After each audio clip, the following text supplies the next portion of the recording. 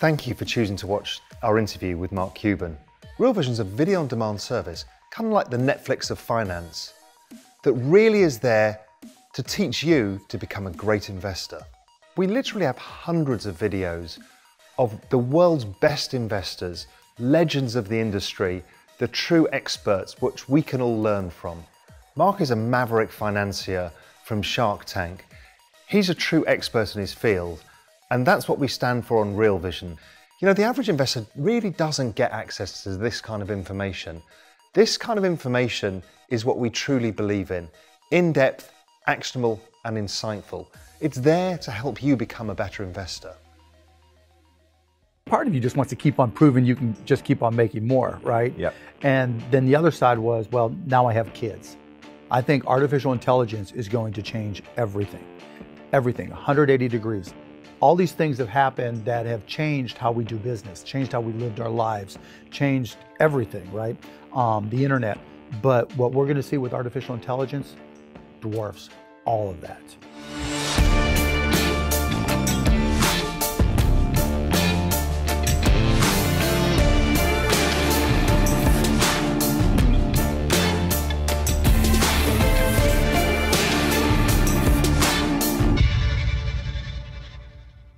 We're going to talk to Mark Cuban today, the owner of Dallas Mavericks, serial entrepreneur and investor. We're going to talk about how he thinks about his own asset allocation. We're going to talk about how he feels about the global central banks and what's gone on with QE around the globe and how it might be affecting both investors and the general populations. Then we're going to talk about digital currencies, initial coin offerings, which is something that's near and dear to many of the viewers' hearts. I think it'll be a great interview and discussion with Mark. First of all, Mark, thanks for coming. You know, this is something that is just going to be a conversation, and I've got so many questions for you, and I'm sure vice versa, you might have a few. But you know, as we sit here in Dallas, it's fun to not be in Europe and not be in San Francisco and not be in these other places where so many people feel like all of the innovation is. And you've done some amazing, innovative things here in this city. And you're well respected and admired here, and including by me. By some, yeah, I would say all, but, yeah. By some. But yeah, I wanted to ask you a few questions, and Raul from Real Vision here really wanted to. It's funny, when Raul and I talked, he said, you know, I want to know this, and this, and I said, perfect, because that's what I want to know too. Fire away. I'm ready. So I want to let's start with first of all what you do for Shark Tank. You know, we talked offline a little bit about let's say some of the people that follow you.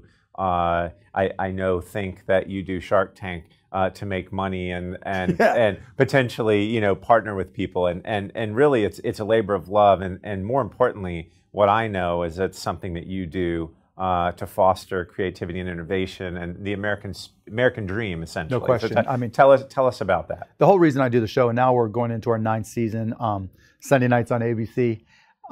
It's purely because it sends the message that the American dream is alive and well. Mm-hmm. You know, we'll have people from all walks of life, from all parts of the country, come in with sometimes good, really, you know, impressive ideas, and sometimes just very basic, simple ideas.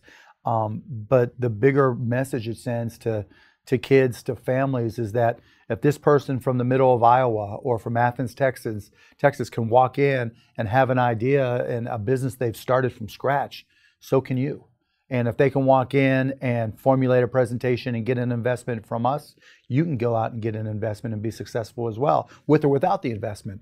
And you know, the show has gotten to the point now where it's the #1 show on television watched by families together. I literally will walk down the street. I had this happen 2 weeks ago. This lady said, Mark. I mean, I didn't know her, obviously. And she's like, I just got to tell you, my son sells slime because of you. I'm like, you sell slime? And I have an 8-year-old son, so I know exactly what she's talking about, right? Right. And so he makes a slime in the kitchen, right? And goes to his 5th or 6th grade class, whatever it is, and sells it. And she's like, we watch Shark Tank, we get all the ideas. He understands cost of goods sold and making something and selling something at a profit. And it's all because of Shark Tank. I had another lady yesterday, I was doing a presentation somewhere, And she was like, "You're my MBA. I don't feel like we've got to go. I just watch you guys because there's always insights that I get." And she works with small businesses that I wouldn't otherwise get. That's why I do the show. That's awesome. Yeah. And you know, it's when we think about our educational institutions, one thing that when I was growing up, no one ever taught me how to balance a checkbook. No one ever taught me how to think about business in high school. Ever. And I literally in college, they don't. I remember I was a junior in high school, Mount Lebanon High School in Pittsburgh, and I wasn't allowed to take the one economics class because I had to be a senior. So I literally started taking classes at night at the University of Pittsburgh and decided not to go back for my senior year because they wouldn't let me take a finance or business class in high school. And and that ended up getting me to Indiana University. But yeah, I agree. We do, even to this day, we do such a poor job of educating kids not only about how to manage their own finances, but how to see the world and understand the impact of business, or understand their place within a business when they get a job. Yeah, and so I see the fire and the drive in you that you probably see in the entrepreneurs you invest with. Without question. And you probably don't invest with people that don't have that fire. Sometimes you miss it, right? They come in and they're rehearsed, and the good news is we get to do due diligence after the fact, after we agree to do something, and so we can pick up some of them, some of our mistakes, and cut them.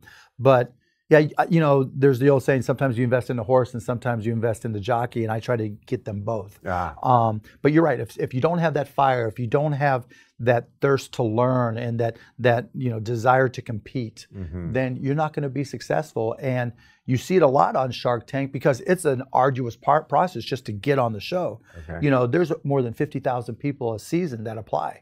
Every year they have open auditions around the country, and then they whittled it down to the 230 we see while we're filming. And of those, even 20-25% don't make it on air. Does some of the silliest Shark Tank pitches get allowed in just to kind of complete TV. The spectrum? Yeah, because it's TV, right? So I invested in a guy. So when I first did the show, I came on as a guest 7 years ago, and there was a guy that did a little dance. I want to draw a cat for you, right? And I gave him $25,000 for a third of his company, and all we did was draw stick figures of cats.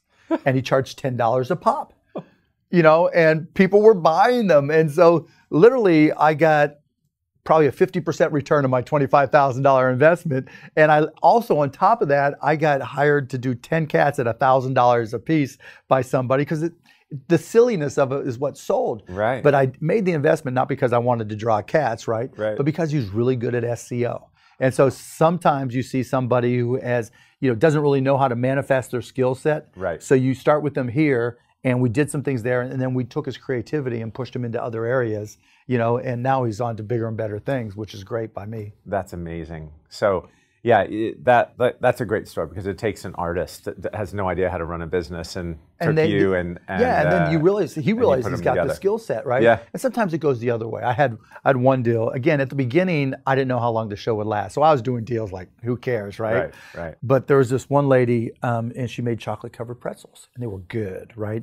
And they sold here in Neiman's and other places. I thought, well, I can help her. Neiman's is in Dallas, headquartered here, and we go, and I said, you know what? When this airs, we have to have X amount of inventory, and let's go over your pricing. We're like, cost us $14 to make, we sell for $29. That's a great margin for us. And then we'll charge shipping on top of that because they had to be cooled to be shipped. Right. And so I try to stay active, and involved. And so I started getting cash flow reports almost immediately, and cash was going straight down. I'm like, what happened? She goes, I decided to give free shipping. I'm like, how much is your shipping? $15? Not a great business lady. That's awesome. Needless to say, well, she's still in business, but she's out of business. She just doesn't know it, right? All right, so let's move into the investing side of things. You were the founder and creator of broadcast.com. You sold it to Yahoo. And you've always been a tech innovator, and you are to this day, I know from the conversations I have with you. The question I have for you is, as you think about your family, the Cuban family, and the legacy and the assets that you've built, how do you allocate those assets. I know you own the Mavericks. It's a giant chunk. Yep. It's worth a lot of money. But how do you think about allocating assets to different asset classes, or do you think I from don't the top really. down? I don't think from the top down anymore. Okay. Right. So in my mind, I had a number I wanted to get to. Yes. I had a certain amount of liquidity that I felt like I needed. Okay. That would cover generations. Right. And once I got past that level, you go through that push pull where you say, because part of you just wants to keep on proving you can just keep on making more. Right. Yep. And then the other side was, well, now I have kids. Yes. You know, and what's my greater return? You know, my time with them. What's my greater return doing philanthropic things? What's my greater return? You know, Shark Tank's not the best return from a financial perspective on my time. Yep. And so I got to the point where it's like, okay, I'll dabble in different things because it's fun and interesting to me, and I'm good enough that I know I'll get a return. But I'm not worried. Like as a family office, I've got X billions of dollars in assets. I need to make 7, 9, 15%. Right. I'm disappointed. Got it. Yeah, I'm not at that point. So now it's more, you know, what do I think is interesting? What's my optionality? Yep. Right. What can I learn from? Because you know I'm into tech, and what do I think can be impactful? Interesting. And it's an interesting thought. I'm going to go one place that you might not want to go because I'm not sure. I'll go anywhere. That's okay. So when you think about handing some of your generational wealth to your kids, or I guess handing's not the right It's number. good. I'm not going to live forever. Let's put it that way. Moving some of the wealth to your children. Right. How do you think about what's enough? Is it your entire estate? Is there a number that you think? I know Warren Buffett's number I think is 10 million. Yeah, to mine each was. child. So when I wrote my will initially, it was 5. Okay. And not until they were 30. Okay. Right. So that I wanted them to go through life. And I know my wife, you know, if she outlives me, which probably will, you know, she'll fill in the blanks like she does today. Right. Right. Like my kids want money today. It's like, how are you going to earn it? I'm not that dad that says, here's a present, right? Here's a bank account. Here's a debit card. Just use it, and or whatever. No, here's your Amazon account. Not at all. It's like you want something, you have to earn it. I don't. It might be doing math. Yeah. Like with my 8-year-old, it's math for money. You have to answer math questions to earn $1 or $5. With my middle daughter, it's reading a non-school book. So I'll give her a history book or a biography, and she'll make $20. If it's over 300 pages, she can make more. Right. And then my oldest daughter's a challenge. My 14-year-old, that's a whole different beast. All those things worked up until this year. So we're working through trying to figure out what kind of jobs she can do. Right. So the point being that I want them to recognize, like I did growing up, that there's you have to earn what you're going to get, and that it's just not going to be waiting for you. And so whether that amount is 5 million like I have now, or 10 million when they get to 30, then who knows? We can adjust. Right. But I think now is really where it matters, and the habits that I get them into now are important. Yeah, it's something I struggle with myself about. I probably like you. I haven't talked to you about your kind of adolescent life, but I had a job every day since I was 13. Oh yeah, absolutely. I didn't go on summer vacations. I worked. I worked every day for $3.05 an hour. My first job was $1.60 an hour. Mine was $3.05. Yep, and I remember when the minimum wage went up to $3.05. It went $2.40, then $3.05. Exactly right. Yep. And I struggle with my children because I want to be with them. I don't want them to have a job. Right. I want to go view the world with them. Yep. And that's it's hard, right? Because on one hand you want them exposed to all these different things and to take advantage of your success, my success, but on the same time you want them to have the same foundation that we had. Exactly. Right. And so my decision has always been, you've got to work. Right. You're not gonna, you may come on the private plane, right? Yeah. And we may go all these places, right. and it may be a dream come true probably not for them because they're kind of used to it, right? Right. It's like walking on a commercial airline for the first time. Where's our pilot? Who are these people? It's hard. That balance is really difficult. It really is. It really is. It's fun to hear how you interact. It's a challenge. Yeah, it's a challenge, and you get a sense over time whether your kids are grounded or not, or whether they, and I tell them, I don't want you to be, my biggest fear after your health is I don't want you to be an entitled jerk. That's right. Right. If I think you have a sense of entitlement, because my oldest daughter slips into that from time to time. She called me up one time. We were on vacation, and she was with some of her friends. Dad, what? We're in a restaurant. Okay. I forgot to bring money. I've done that before too. I call my friends. But it's okay. We can put it on our friends, right? Yeah. So I've got some work to do, but it is a challenge. All right. Thank you. Let's get into. I know you and I have had an online back and forth about what's going on.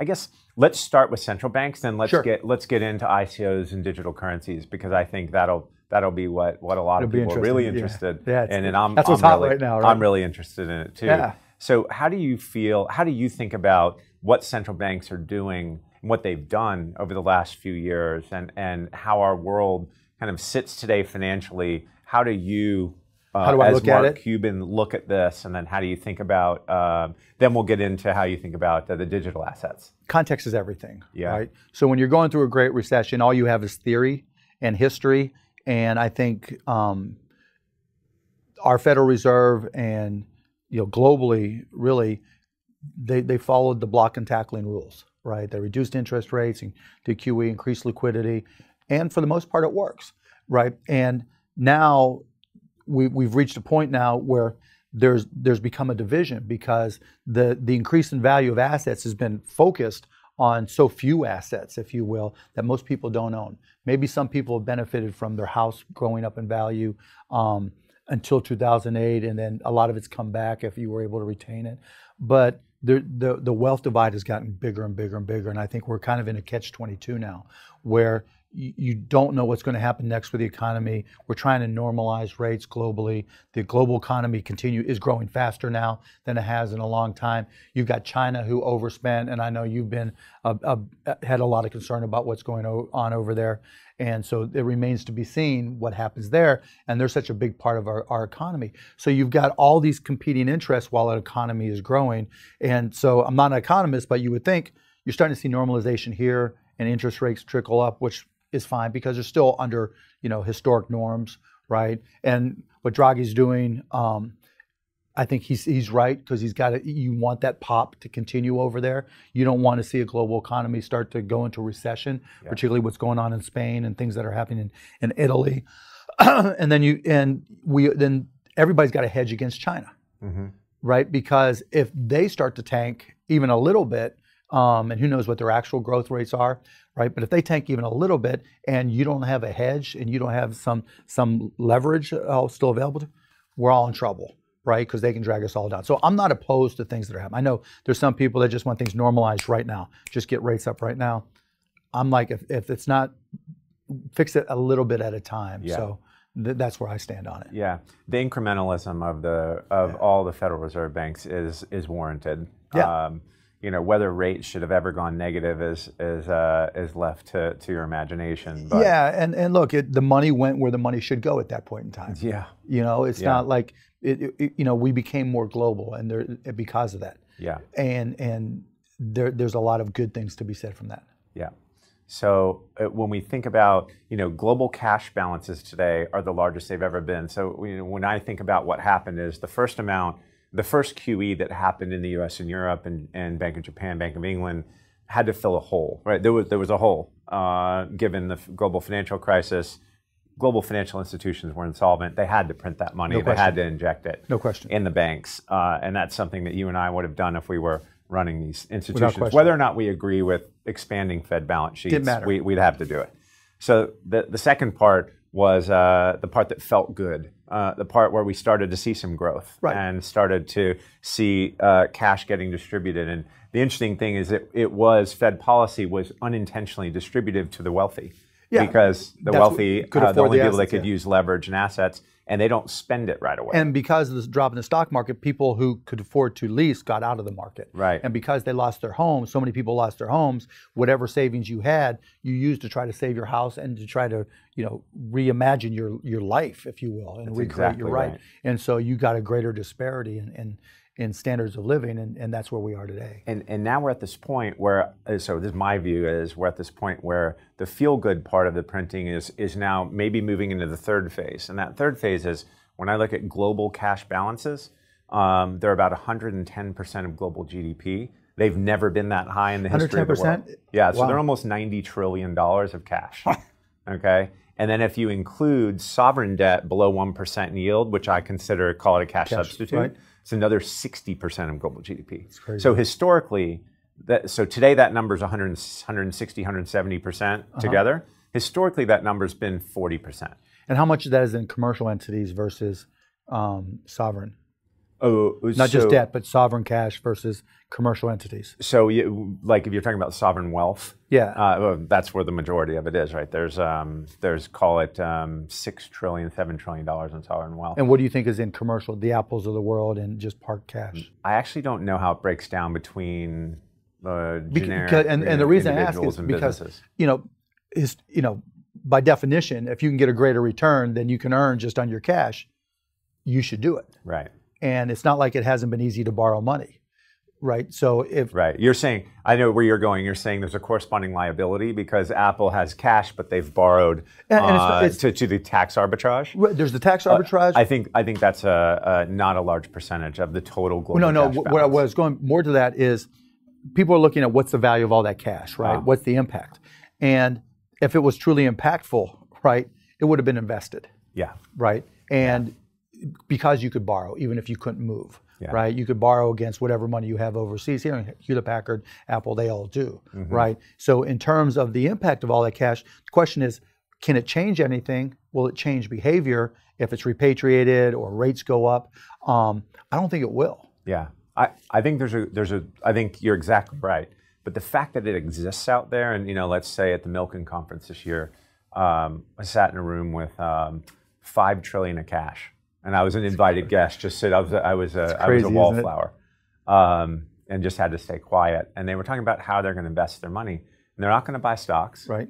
They're not going to buy bonds at 1% or 2%. Right. They're going to keep buying infrastructure projects and ports, and they are going to invest in hard assets. That's how they're all thinking. The point I'm trying to make here is what in your life has gone down in price in the last 10, 20, 30 years? Oh, nothing. Right? I mean, the value of cash. Maybe data plans, right? Yeah. When you look at the CPI. Well, yeah. Anything digitally, right? Anything digital data, and truly technology has been innovational that we've had good deflation. Right. But I think now, when you look at the price of just about anything in life, it's going up. My view. See, I would disagree. Right. I think artificial intelligence is going to change everything. Everything, 180 degrees. Okay. I've been in the tech business. I started selling PCs in 1982, right? I started selling local area networks. We were one of the first companies, my first startup in 1983. Okay. We started, I sold that, and then I started trading just tech. I started a hedge fund, started just trading tech stocks, sold that within 90 days. And then we started streaming, then all these things have happened that have changed how we do business, changed how we lived our lives, changed everything, right? The internet. But what we're going to see with artificial intelligence dwarfs all of that. And you think it'll be deflationary? And yes, because there's going to be... Because it displaces jobs? A lot of jobs. Okay. That's not good. You can make arguments, right? It's not a question of how it plays out over 100 years. It's a question of how it plays out over 10 years, 20 years, right? And who knows what exactly, But I can tell you which, at the beginning, which jobs are going to be displaced. I can tell you the real estate's going to be displaced. I've talked to major companies that they're asking me, Mark, we're going to have all this extra real estate in all these towns. What are we going to do with it? Do you have any ideas? And I'm talking to them about because they're going to be centralizing their operations. Just fewer people. Fewer people, yeah. Yeah, just fewer people. So the concept of you calling in to make an appointment to have somebody pick up your car to get your oil changed, right? Someone will still drive to get your car, but there's going to be no people in transacting any of it. That's terrible. I mean, it is what it is. It's great and terrible. It just is what it is, right? This is Dickens. It is what it is. Yeah, it is what it is, right? But look back. So if you look back at China's ascension in the WTO, call it 2001, and you look at that 10 years later, which Lighthizer did in a congressional report, 4.5 million jobs were gone in the Rust Belt in the first 4 or 5 years. And when you look at a heat map today of the opioid crisis, it's the Rust Belt. No question. And truthfully, if you look at Trump, okay, we're not going to go into politics. I'm going to make one statement that is just an observation of the election. The place where he won was the upper Mississippi River Delta. That's always been blue, and it flipped red because they lost their jobs. They lost, and they were hoping. Or there was no hope, right? And that's the challenge right now. And I don't think people fully understand the impact. But what happens when AI displaces more people? Well, so I've seen the first run of the movie. Right. Talk to me about the sequel, because it doesn't make me excited about America. Question. So when I sit down with these companies, we're not there just to commiserate how bad things are going to be. Okay. The question is, what do we do? Okay. Right. So I've spent way too much time teaching myself about machine learning, neural networks, deep learning, writing code, right? Teaching myself Python, just because I want to get a hands-on experience in this, right? Right. So when we have a conversation, I may not be able to build all of it, but I can understand it. Yeah, I can understand it. And so when you talk about, we went through this transition where we started off with spreadsheets. It was what if, right? So you have all these people here playing what if, and you postulate all these different variables, right? And you build models. And then you have different plugs, then you look at your models, you compare them to reality, right? But whatever fits on a spreadsheet, and if you get smarter people, they think of better variables, and then you have better probabilities based off of what they plug in when you play what if, right? Yep. That's the way you've been doing it since you started. That's the way I've been doing it since I started. What machine language does, it says, okay, we can take a lot more variables than you can ever think of. Take all of them. Right, we can take all of them and then say, if this happened, then there's this probability that this will happen. That's only the beginning, right? Then we start getting into something called generative artificial intelligence, where it starts to think, right? And for the most part now, not all the way through, you still have to label everything. Here's all my variables, right? But then when you give it to it and you say, based off of these variables that are labeled as such, here's an unlimited number of opportunities, right? And so based off of those, we're going to create biases and weights for them all and let you come up with some conclusion. Let it give you a variety of conclusions, and then you decide. Going forward, you won't have to label anything, right? But until then, if I wanted to do an analysis of who knows what, right? How to furnish buildings across the world the most cost effectively. And part of it was trying to label anything that can hold water, right? So it's easy to say that's a cup, but you're going to need somebody to say, okay, this is also a receptacle for water in some place that has nothing, right? Yeah. This can be a receptacle for water, right? Somebody standing with their mouth open. That requires image labeling and variable definition. Those are the types of jobs that are going to be available over the next 5-10 years that didn't exist before. Now, they're kind of like Amazon warehouse jobs. They're brutal, right? And it's not anything negative towards Amazon. It's just, it's going to be make good work. Right. And then we're also going to have our own Tennessee Valley Authority, right? Where they had make good public works.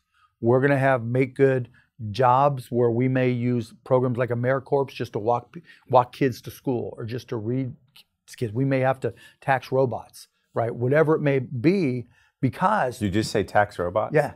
Okay. Yeah, because there's going to be displacement. There's going to be huge displacement.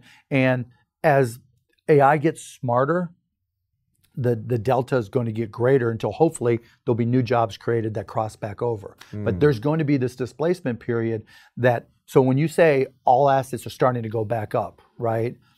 I think, if you look at the Fortune 500, the S&P, whatever, and you look at total employment from those companies, it's not going up. You're right. It's going straight down. And there's still wage stagnation, which has been perplexing central bankers, right? And it shouldn't be perplexing. We're back to kind of full employment of those that are actively searching for jobs, like not the U6 number, the U3 number, right?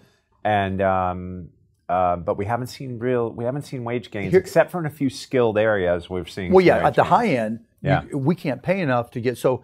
When I talk about within the artificial intelligence realm, there's a company in China paying $1 million bonuses to get the best graduates.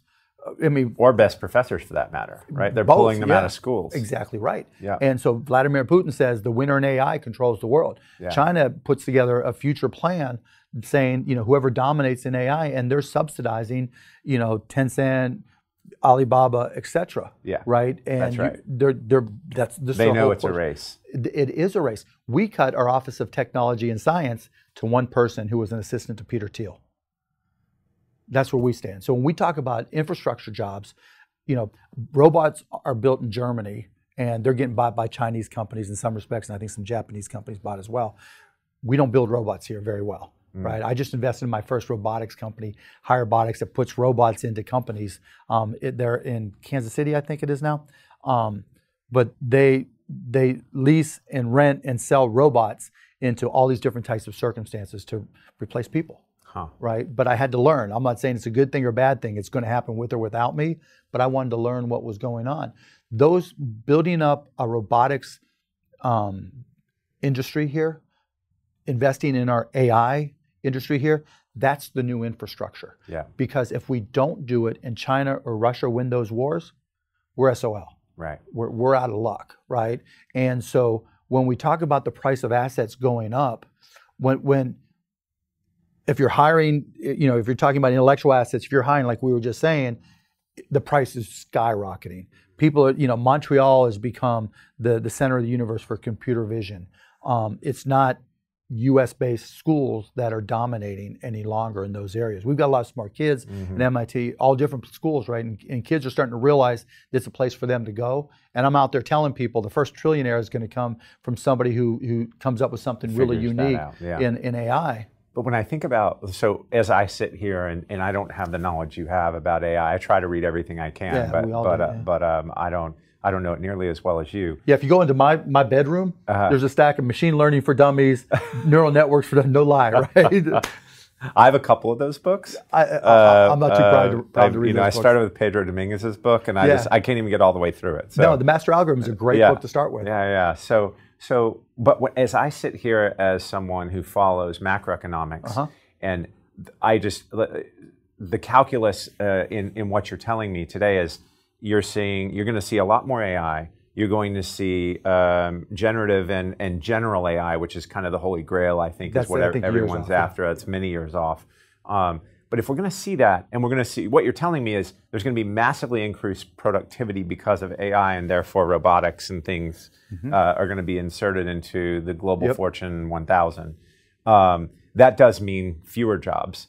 And when I think about that from a mathematical perspective, increased productivity, increased AI, fewer jobs, we still have population growth. Me as the macroeconomist is thinking the answer there is not a good one. That means many more wards of the state. Yeah, and that's the reality. That's just reality. Right. Right? Larger opioid crisis, many more wards of the state. Unless you recognize it's coming. No, you're right. Right. It's a difficult plan.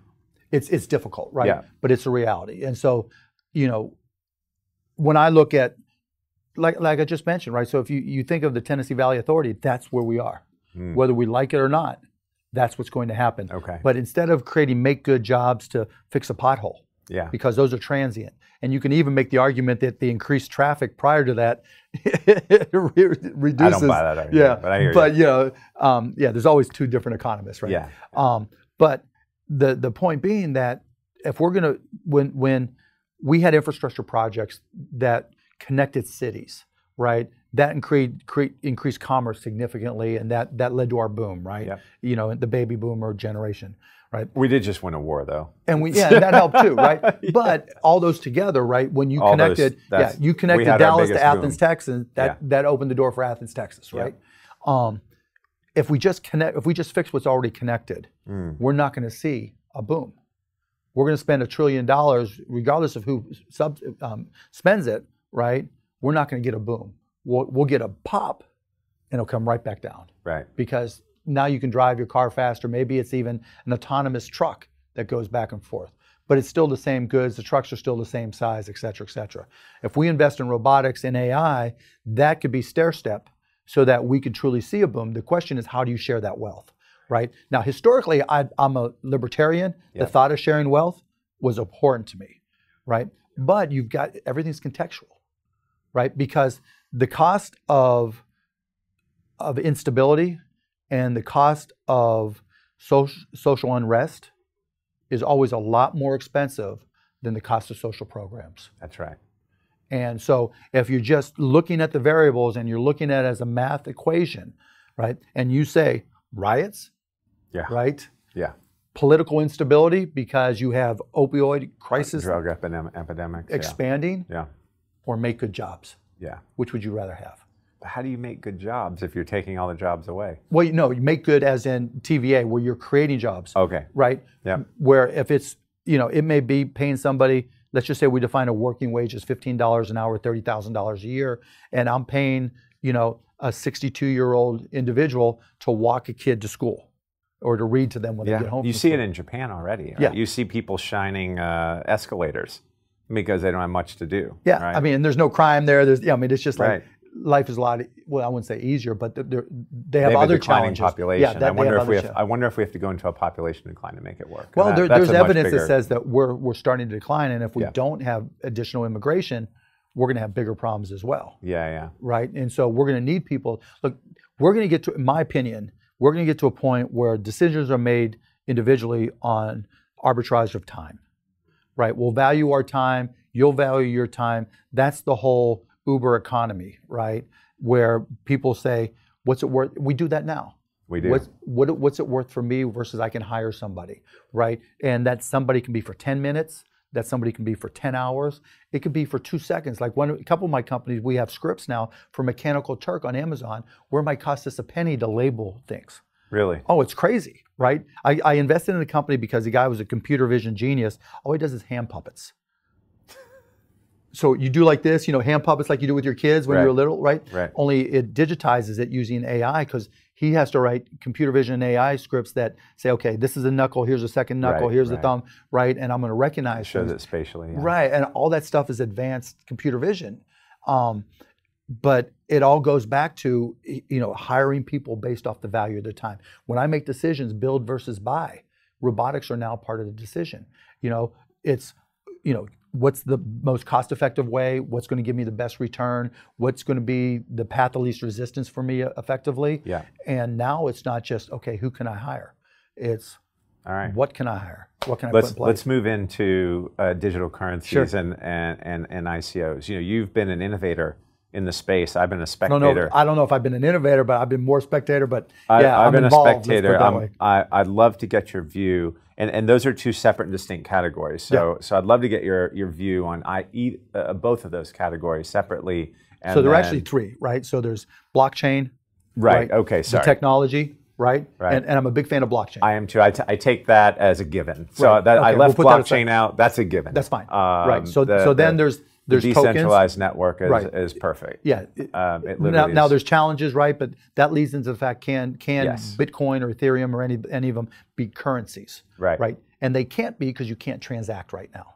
Right. If they were truly currencies, you wouldn't try to convert them or value them based off of other currencies. Yeah. Right. They would just be intrinsic.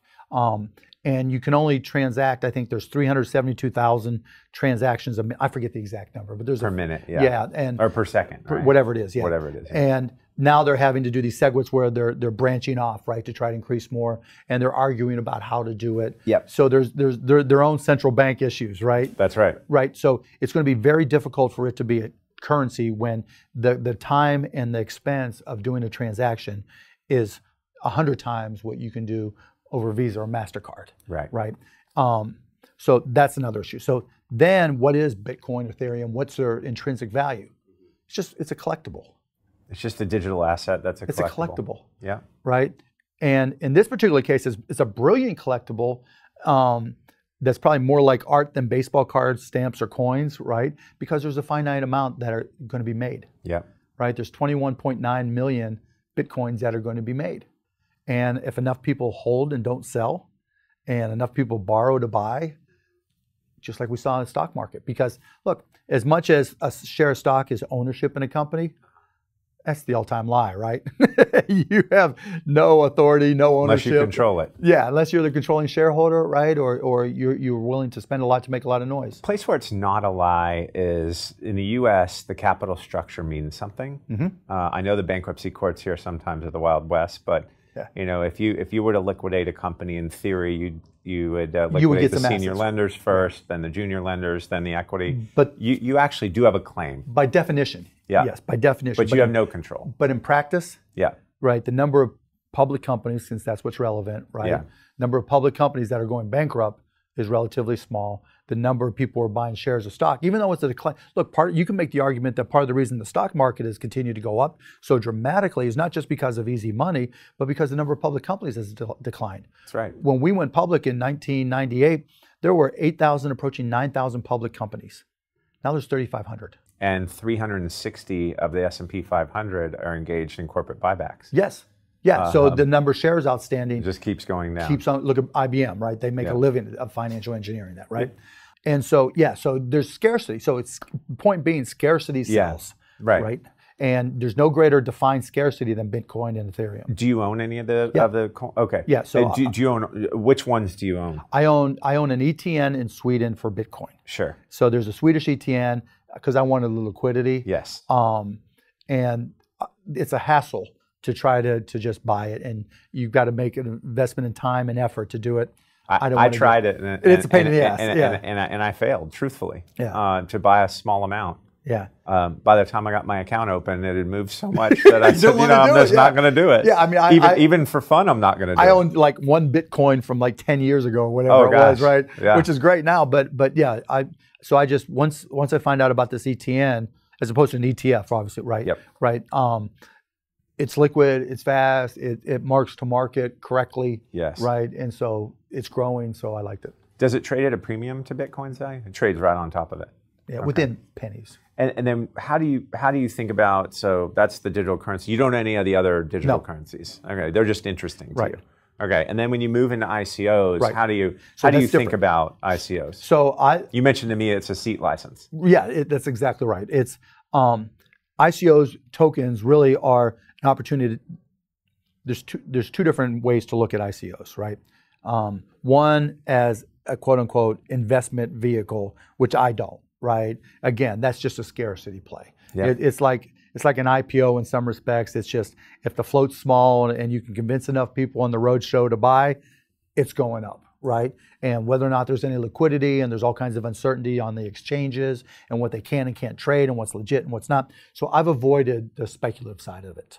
I've been involved in two of them. One is Unicoin, which does E-Trade. It's a company, Unicorn, UNIKRN, that does legal sports betting for esports and other sports outside the United States. Okay. They literally moved to Australia to get legal. And I've been an investor in them for years. And they did an ICO that I participated in, but I signed an agreement saying I wouldn't sell any, all that kind of stuff. So it wasn't a trade for me. Yep. And then I have another one, Mercury Protocol, that we're actually using it to create a messaging it's a messaging protocol that allows for authentication, distributed authentication, and the ability to participate in a social network in a way that allows you to earn more credits, right? So by participation. By participation, right? So you can be rewarded by your fellow social networking members because this person, Kyle's great.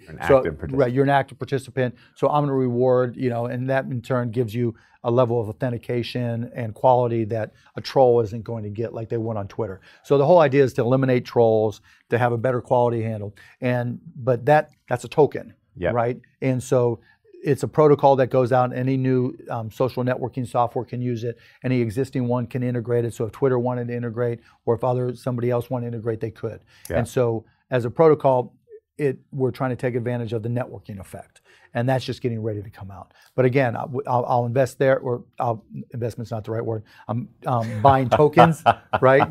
I'm buying tokens there that I'll use as part of the protocol. Yeah, and so the comments that I made that began our conversation on this were, I read one offering document about a coin that was going to reserve, it was going to pay for research for whether or not a synthetic rhino horn was an aphrodisiac. It's when I I'm a student of history, and I've read, I've looked at bubbles and things throughout my life and my studies. ZZ Best, yeah. And there's a tulip ICO. I don't know if you're familiar with this one. I haven't seen that one. So the tulip ICO is essentially a way for the people to snub Bitcoin skeptics.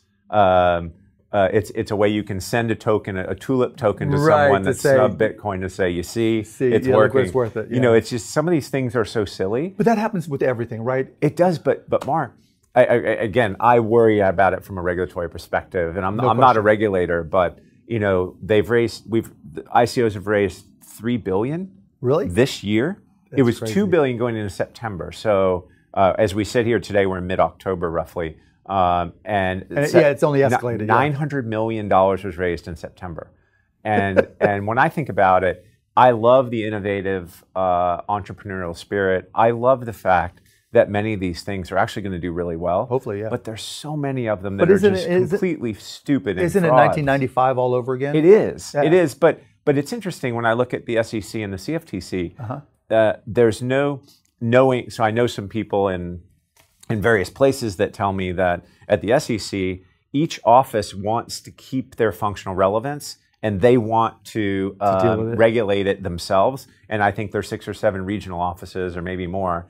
And then the CFTC, of course, regulates commodities. SEC regulates securities. They're trying to determine whether it's a security or a commodity and who's going to regulate And the smart it. ones realize it's not a security. They make it so it's not a security, right? It's the dumb ones that are going to get shut down. Right. But I guess my point is they need to get on this. Oh no, they there's no need to question. be regulating it right now. Yeah, and they put some things out. It'll be good for America. It'll be good for people. I agree 100%. Yeah, I agree 100%. So that the crooks don't. Problem is, it's the SEC. Yeah. Oh, well, I don't want to point any fingers being in the business that I'm in. But, right. Yeah. But someone's got to get on this, Agree. and they need to centralize it. And someone at the top needs to say, "You are the czar. You're going to control this. It's not going to be 6 different people in 6 different offices." Unfortunately, there's nobody at the top that has any understanding of it. We're not going in politics. We're not going there. It's just obvious. But it is obvious. So I'd love to kind of conclude by getting to the point where I'd love to know, in your mind, in the last, call it 6 to 12 months, what are the most interesting investments you've made that you can talk about? Sure. And then where do you think, I get it, do you think AI is the place to be in the next decade? Mm-hmm. But where do you think, if you're allocating capital today, if you're an investor, where would you be investing, let's say free cash, if you weren't in the position you're in now where you're just investing in interesting things? Right. If you were thinking if I had to get a return, pure economics, where would you be looking to invest? Depends on what my expertise would be. Okay. Right.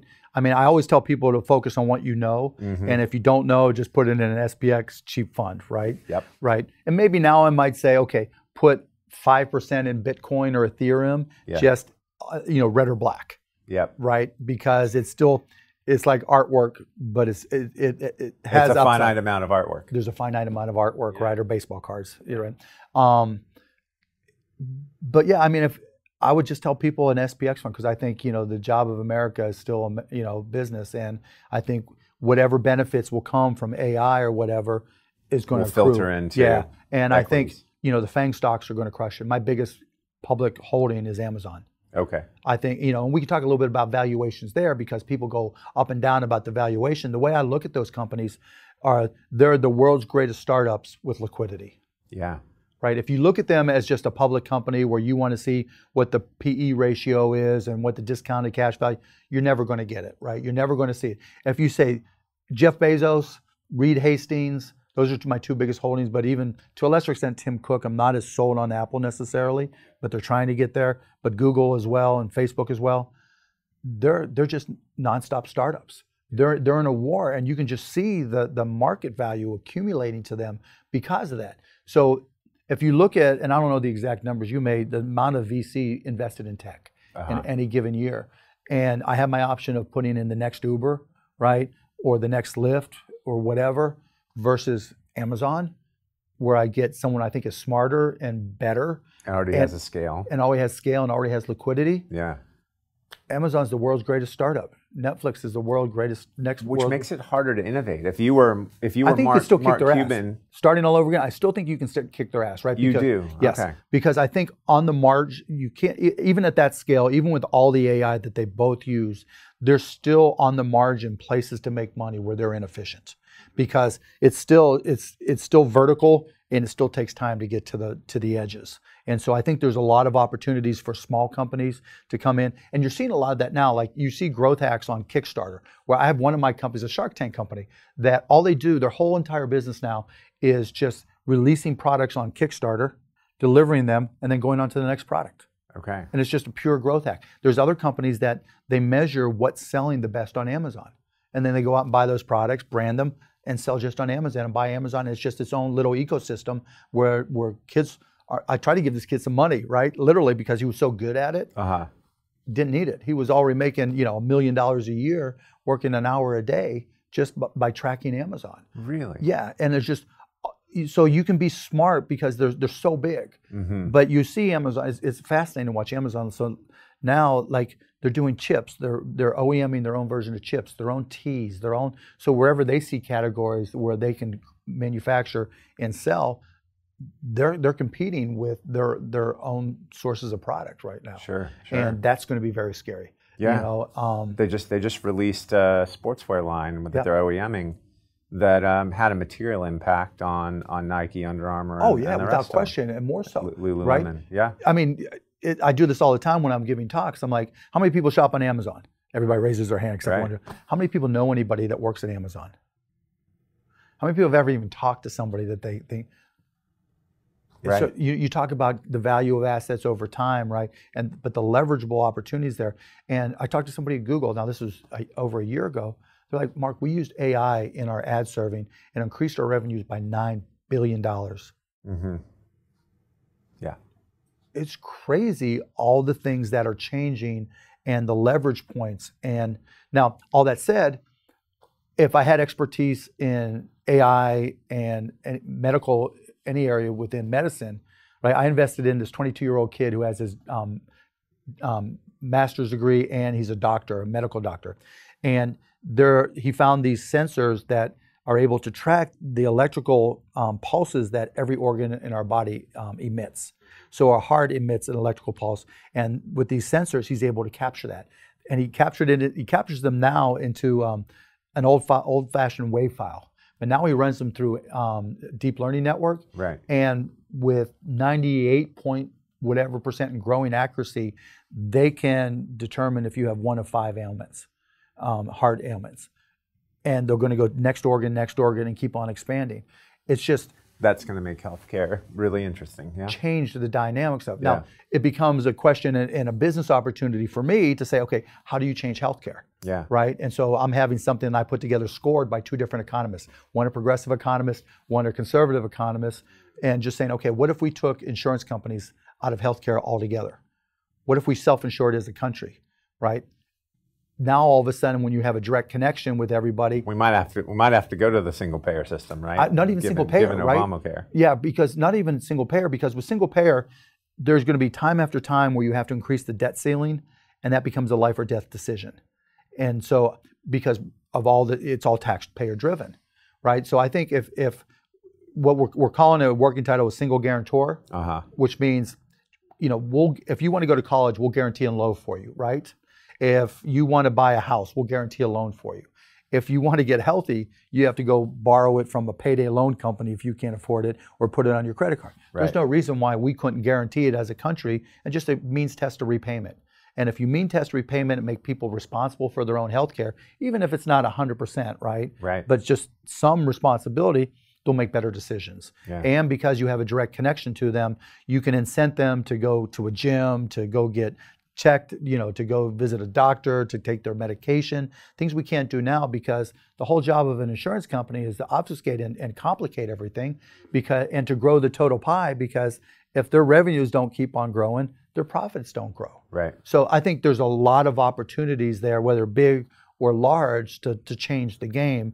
I think AI's got to be a core component of that, and I don't think we've stagnated at all in terms of being creative and innovative and going in new directions. Yeah, that's amazing. Well, Mark, thanks very much. This is fun. I really enjoyed it. Yeah, it was great, and I hope Raul and the team loves it. And, I hope so too. Now you just send me a copy. For me, it was awesome. So I enjoyed it too, Kyle. I'll send it to you. Thanks. We have to keep on having our breakfast. Yeah, we shall. Yeah. Thanks a lot. Thanks, Kyle. I really hope you enjoyed watching the video. Hopefully you can see how Real Vision adds value in your arsenal of tools when it comes to investing and trading. It'll give you all of the themes and actionable insights that you need to become a great investor. With 3 pieces of content or more each week, it'll build a whole library for you to understand the world we live in better and allow you to invest more profitably and more successfully. All it is 1 click away for you to access the next killer trade idea, things that can really make a difference, information that matters in financial markets. So please feel free to take the 14-day free trial, look around and see how you too can become a great investor.